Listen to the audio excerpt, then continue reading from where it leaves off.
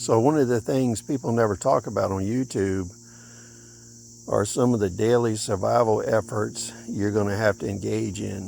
When you're raising animals, you may get drug-resistant parasites. And what happens is they get into the soil and the pen of those particular animals, and they have a cycle where the animal reinfests itself. And if they're drug resistant, they're very hard to get rid of. So in this case, I'm digging up this one pen here because this particular animal has drug resistant hookworm.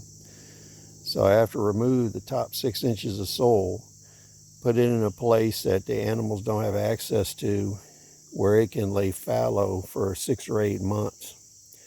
Then what I'll do is put some geofabric down and replace the soil in here with sand so it drains. This is one of the survival efforts you're going to be engaged in if you're raising livestock, you have dogs, cats. If you live in a forested area, you may encounter drug-resistant parasites such as hookworms, tapeworms, whipworms, and other infestations. So you will be doing a lot of this work in SHTF. It's one of the hidden tasks that nobody talks about.